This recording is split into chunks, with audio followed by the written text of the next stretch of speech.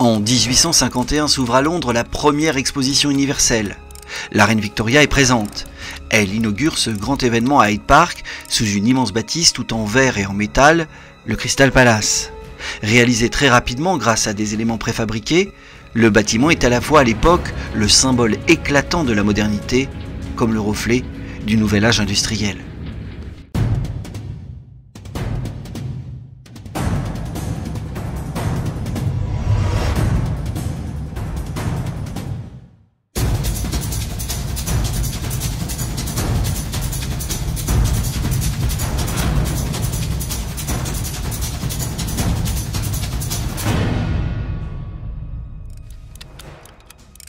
Au XIXe siècle, on va produire en masse, et plus vite, grâce à de nouvelles sources d'énergie.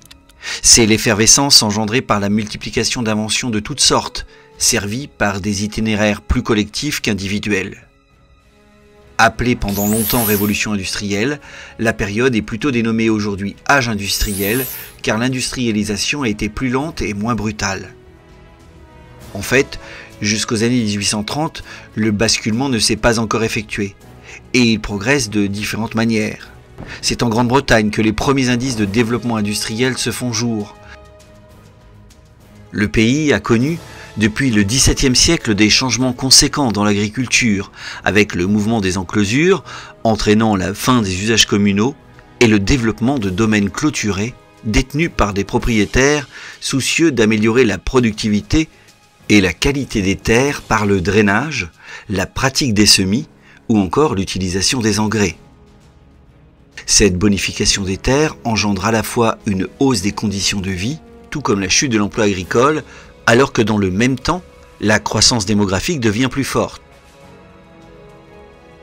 Fin XVIIIe siècle, un exode rural précoce voit se diriger une population toujours plus nombreuse vers les villes pour alimenter les industries balbutiantes, comme à Norwich pour la laine, à Newcastle pour l'acier ou encore à Manchester pour le coton. En 1851, la Grande-Bretagne est ainsi l'un des premiers pays à avoir une population majoritairement urbaine. Dans la seconde moitié du XIXe siècle, c'est la fabrique qui s'impose, effaçant peu à peu le domestic system, ce travail à domicile effectué par des paysans ouvriers. D'abord marquée par les changements dans le textile, la Grande-Bretagne se distingue par l'apparition de grandes filatures mécanisées, fruit de nombreuses innovations, comme la navette volante de John Kay en 1733, puis la Spinning Jenny de James Greaves, qui permet de travailler plusieurs fuseaux en même temps. Pendant longtemps, on a cru que la mécanisation avait été possible seulement grâce à l'invention de la machine à vapeur. Mais les recherches récentes prouvent que dans bon nombre de filatures, on utilisait encore des machines hydrauliques en grand nombre avant 1830. Pourtant, la machine à vapeur va peu à peu convaincre les nouveaux industriels, puis s'imposer après 1830, notamment dans le domaine de la métallurgie et de la sidérurgie, où les productions s'envolent. C'est ainsi que la Grande-Bretagne réalise 2,25 millions de tonnes de fonte en 1850 contre 180 000 tonnes en 1800. Il faut dire que la machine à vapeur créée par l'Écossais James Watt en 1769 est un formidable moteur qui utilise comme énergie la vapeur d'eau. Elle décuple les forces. En chauffant l'eau dans une chaudière, on va accumuler de la vapeur dans un compartiment où se trouve un piston mobile. En jouant avec la pression de la vapeur, le piston fait des allers et retours et, relié par une bielle à une roue, il peut fournir l'énergie nécessaire pour faire tourner cette dernière. Pour chauffer l'eau, la Grande-Bretagne a des atouts. Elle possède des bassins houillés où l'on trouve des gisements de charbon. Extrait du sous-sol, ce dernier fournira de combustible en grand nombre pour la précieuse machine à vapeur. Enfin, la Grande-Bretagne est un empire vaste dans le monde, et celui-ci est un réservoir de ressources, tout comme il offre de nombreux débouchés à ses produits finis, et c'est sans parler du savoir technique transmis, notamment indien, en matière de cotonnade. En 1851, lors de la première exposition universelle, la Grande-Bretagne attire tous les regards, en organisant cet événement international où elle montre toutes ses avancées les plus notables. Au milieu du 19e siècle, l'industrie progresse en Europe, notamment en France et en Allemagne, mais ces pays ne suivent pas le même chemin que celui de l'Angleterre au départ. En France, jusqu'en 1860, le charbon issu des bassins houillers n'est pas encore en quantité suffisante, et il est trop cher. Le pays se tourne donc vers une autre ressource, l'eau de ses rivières, généralisant son équipement de roues hydrauliques et permettant la mécanisation de ses filatures textiles ou de ses forges. Ce sont des entreprises modernes qui sont à la manœuvre, comme Quéclin à Mulhouse ou encore Fontaine à Chartres. C'est après 1860 que la mixité des énergies est bien réelle. Les bassins houillers sont davantage exploités. Et peu à peu, le charbon et la machine à vapeur prennent le dessus et s'imposent, d'autant que le procédé Bessemer, inventé en 1851, marque un tournant, car il permet de fabriquer de l'acier en grand nombre. À partir de 1880, dans toute l'Europe, l'âge industriel rentre dans une seconde phase, avec l'utilisation de nouvelles énergies comme l'électricité, le pétrole ou encore le gaz, marquant l'apparition de nouvelles innovations comme l'arrivée du télégraphe puis du téléphone, le développement de procédés pour fabriquer le plastique et l'aluminium, mais surtout l'apparition de nouveaux moteurs qui vont permettre un accroissement encore plus conséquent de la productivité. Cette seconde phase permet à des pays d'entrer dans l'ère industrielle, comme le Japon de la période Meiji ou encore des États-Unis. Au cours du 19e siècle, toutes ces inventions vont avoir des conséquences concrètes dans un domaine fondamental pour le développement, à savoir celui des transports. Dès 1814, la machine à vapeur permet la création de la première locomotive par George Stephenson. D'abord utilisée au local par les industries, elle va révolutionner les déplacements. Au milieu du 19e siècle, le chemin de fer se déploie, servant la mondialisation et changeant le rapport au temps et à la vitesse.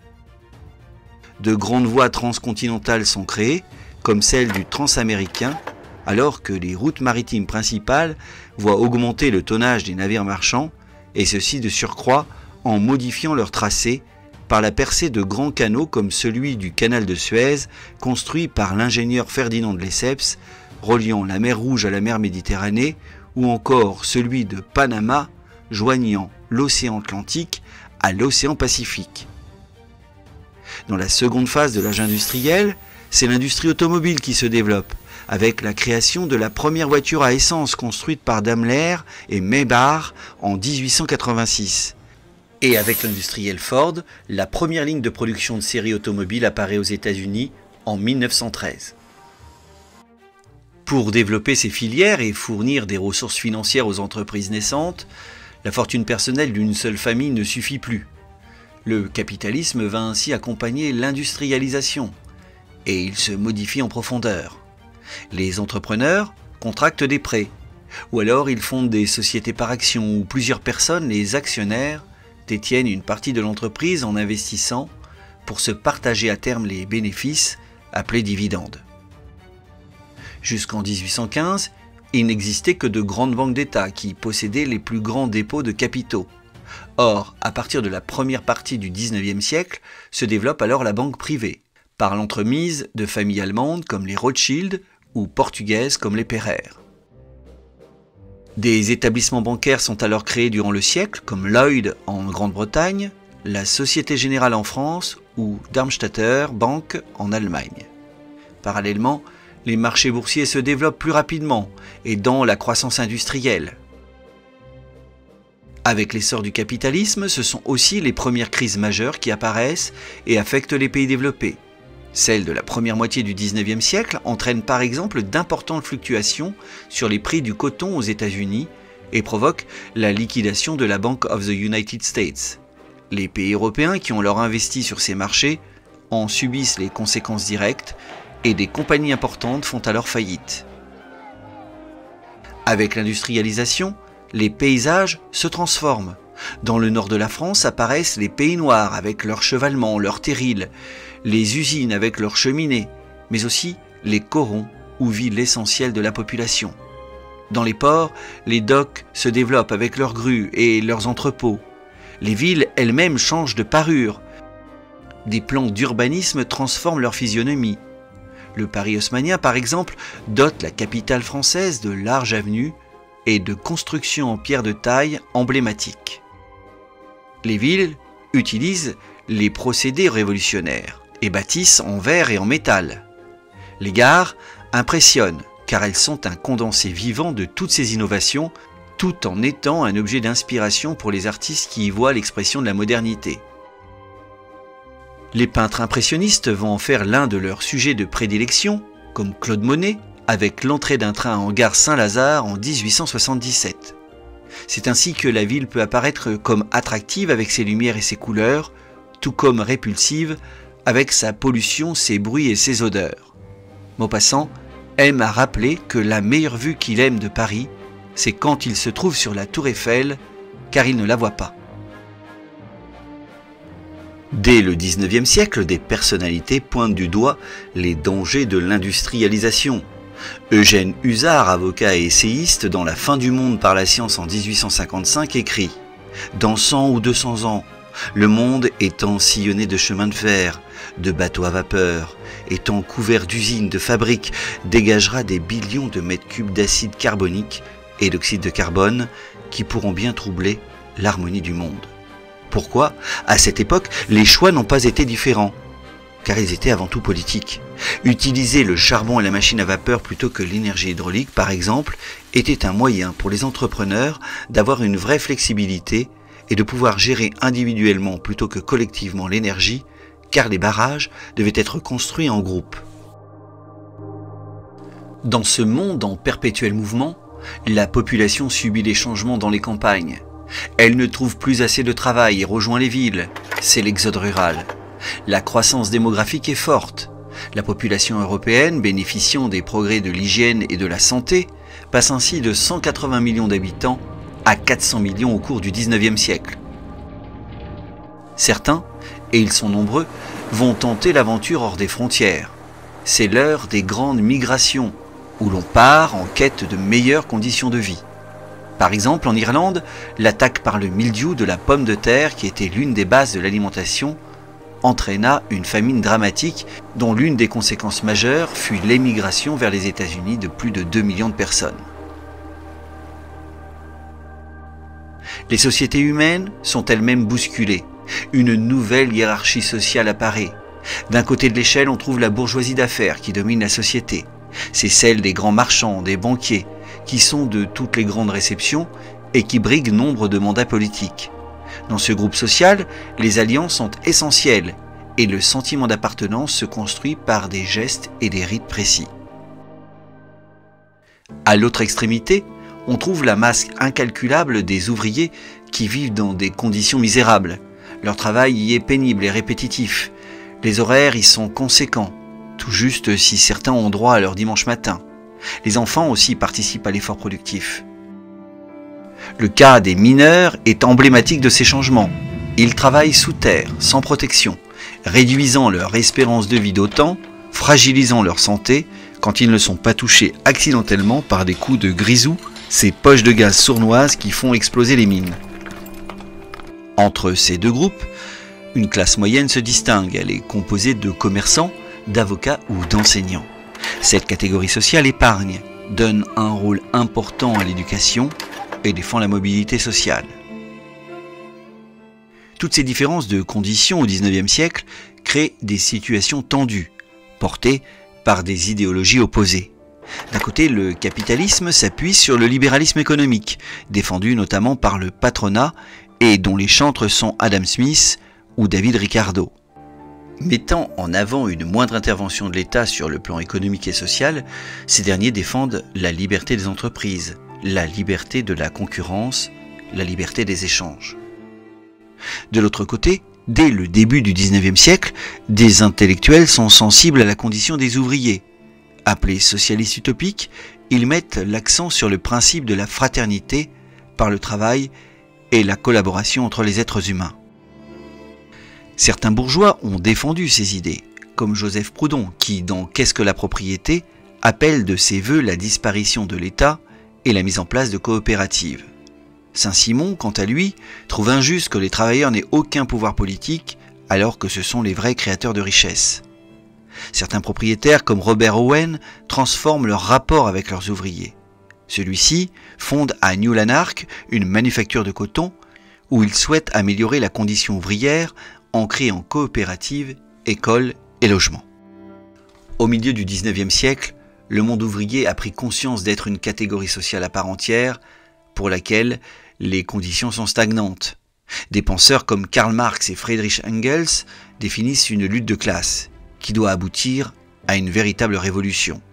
La classe ouvrière, appelée prolétariat, est dominée par la bourgeoisie, celle des patrons et des banquiers. Elle doit transformer cette société en supprimant les classes et en mettant en commun les biens de production, terres et usines. C'est la naissance des partis communistes. En 1862, la première internationale est créée à Londres. Dans le monde du travail, toujours en Grande-Bretagne, des organisations syndicales tentent de se mettre en place dès le début du XIXe siècle et elles permettent le mouvement chartiste. Mais c'est après 1850 que la structuration est réellement effective et elle passe par des reconnaissances légales comme en Grande-Bretagne en 1871 ou en France en 1884. Parmi leurs moyens d'action, pour obtenir une réduction du temps de travail, l'interdiction du travail des enfants ou encore l'obtention d'une assurance contre les accidents, la grève s'impose comme un élément central. L'Église intervient elle-même dans le jeu à la fin du siècle et tente de limiter les désordres engendrés par les conflits sociaux. Le pape Léon XIII, le 15 mai 1891, publie l'encyclique Rerum Novarum où il demande aux ouvriers d'éviter la révolution tout en défendant plus de justice sociale pour eux. Enfin, le XIXe siècle, marqué par les découvertes scientifiques, donne à la science une position plus que centrale, et il remet en cause des dogmes plus que millénaires. Par exemple, la théorie de Charles Darwin sur l'évolution des espèces en 1859 met à mal la vision biblique de l'origine de l'homme en lui donnant un même ancêtre que le singe.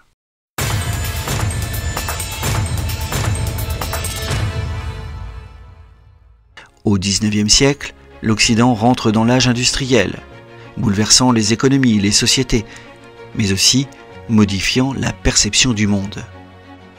Marqué par le progrès et plaçant sa foi en la science, le siècle annonce aussi les défis actuels, à commencer par celui de l'équilibre entre préservation de l'environnement et industrialisation.